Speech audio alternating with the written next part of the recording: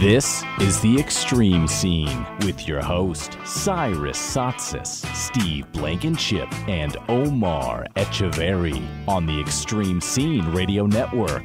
And the Sports Byline Network and the American Forces Broadcast Network. I'm Cyrus Saatsaz here with The Extreme Scene. If you miss any portion of this show, you can visit theextremescene.com. That's theextremescene.com, including this interview with our guest. We welcome back Donavon Frankenreiter, surf and musician extraordinaire. Donavon, thanks so much for sticking around for a second segment, man. There's just so much to talk about, and you're an awesome guest already. Let's shift to your music real quick. You have a new album out called Glow, and you've garnered an incredible fan base for your music, and I'm a huge fan of your music myself. How did you become a musician? How did you get to where you were? I know I've heard that you and Jack Johnson were friends and you have some connection there, but like what was kind of like the birth of your music career? It was, at the age of 16, I was on a surf trip and I saw a guitar leaning up against some guy's couch and I picked it up and he taught me a couple chords, and that was kind of the start of my whole music scene. I never put the guitar down since, but I never started to really write songs and actually sing until about the age of 30. And, what? Yeah, it was really weird. I played in a lot of high school bands and learned how to play music, I feel like, through all those bands and through all my traveling of surfing and stuff. But I never really thought, like, I can sing and write my own songs and lead a band and stuff. I just was in a lot of different bands. We did a lot of cover songs, and that was kind of how it all started. But I met my wife around the age of 29, and we've been married for 10 years. And so when we first met, I would kind of tell her, I was so happy with my surfing career, but I felt like music was one of those things where I really wanted to pursue, but like I felt like I was spinning my wheels playing in all these different bars when I was home, just playing cover songs. I felt like if I'm just going to play other people's music for the rest of my life, that just seems kind of, not pointless, but like you kind of almost have to, like, I told her, why don't I just take a chance and try to write my own stuff? And she's like, yeah, and you should sing. And I'm like, well, I can never sing. She's like, you got to do it. So I wrote her a song and sang to her in the living room, and that kind of was like the start of it. And I did know, and I still, am friends with Jack Johnson. I've known him forever, and he started his own label, Brushfire, and that was definitely, for me, the start of me in my whole musical journey. I sent him a bunch of songs and said, hey, what do you think about producing my first record, signing me to Brushfire? And that's what happened. And I went over to Hawaii to the North Shore. We recorded my first record, and Mario C., who did his first couple of albums, who produced his albums, worked on it with us. So Jack and Mario produced my record, and I wrote songs with Jack, and he played on the album, and then he took me out on the road for 2 years. And that was definitely like the most amazing start I could have asked anybody to give me. Yeah, not bad. Introduced me to all his fans, and, I got to learn a lot from Jack. And because the music industry is it's a very, it could be a very scary thing. You could sign a deal, and you could do all these like really dumb things, and before you know it, it's over. And so it was kind of neat to, he's always got a great group of people around him on the road and great crew. And so to travel with him for 2 years and just see how it works, it was amazing. So that's how it started. And now I've put out 4 full-length records and, a bunch of different EPs and a couple of other albums that I've done. But it's something that I just really love and enjoy so much. I just really love being in the studio and making music that way. And then I love the fact that I just really love to perform and play, and it's something that I feel very fortunate that I get to do. And it's just a crazy thing because now I go and, for instance, I'll go and do a surf trip, like let's say in Brazil, and I'll stay another 2 weeks, and I'll just go play all these concerts around Brazil. And the music is really, I don't know, in a lot of ways have like kind of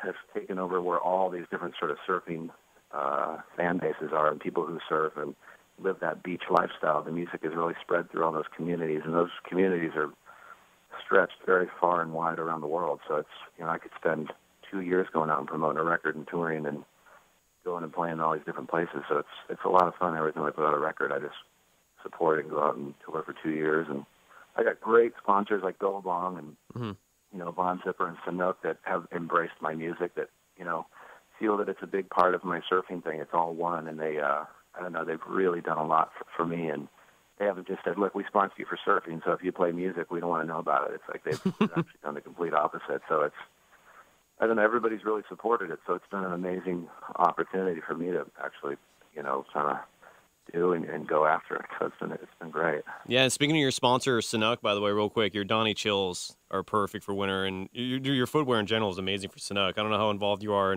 in designing it and creating it, but job well done. At least those guys those guys are amazing. I've been with them since the day they started. Jeff Kelly invented all the different sidewalk surfers and all the different things that they do there, and just another great company. You know, I've been with all these sponsors for years. I can't remember how long, 10, 20 years of just the same sponsors. So it's great to grow with them and grow with their companies and see the things that I've been able to be a part of. It's amazing. And you mentioned your sponsors, Billabong, Von Zipper, and Sanuk are your three-man surf sponsors, and that is really incredible that you can just kind of combine your musical tour and get some surf trips out of that as well. Now, if let's say in a hypothetical situation, you can only do one. You can either just be a musician for the rest of your life, or you can just surf for the rest of your life. You had to only pick one. Which one would it be? I don't know. That people ask me that question a lot in interviews, sucks. and I always go, "Oh gosh," I always look for a piece of wood somewhere to knock on it because I don't ever want to have to choose one of those. But right. It's one of those things where I feel that my whole life, everything that I've really learned and everything that I've been able to do has come through surfing. And so, like, I feel like I'm a surfer that plays music, and surfing is one of those things that is so I cherish so much, and it's so something that I just need to do more than anything. That's the thing that I would gravitate towards. I would feel like, I can sing a song riding down a wave somewhere, you can hum a tune somewhere, but it's just, that's the thing I think keeps me alive, is being out in the water and surfing, and the feeling I get, surfing with my family and being in the ocean, and that's the thing to me that's one of the most important things. So I'd have to choose surfing, but I hope I never have to choose because I love music so much. It's a great thing to do with.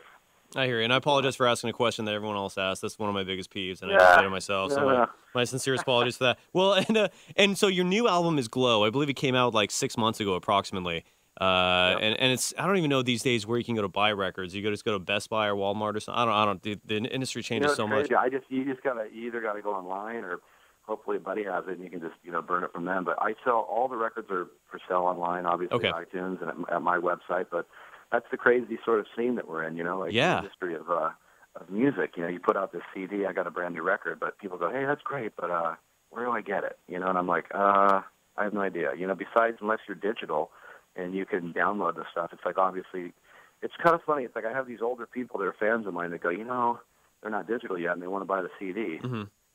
And I go, well, I guess you can get it off my website and we can send it to you, or there's a select few music stores that I know you can get it. And then there's some kids that are, all they are is digital. And I try to give them a CD for free, and they're like, what do you want me to do with this? I know. I'm all digital now. What is this thing? I'm like, it's a CD.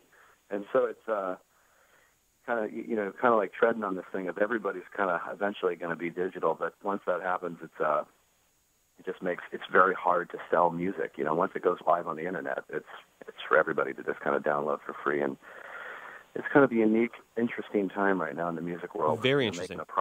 Making a product that is very difficult to sell, but it's all good. And it's good, and it goes beyond that too. It's in terms of sound quality. You're never going to achieve the quality with digital that you do with CDs or even records.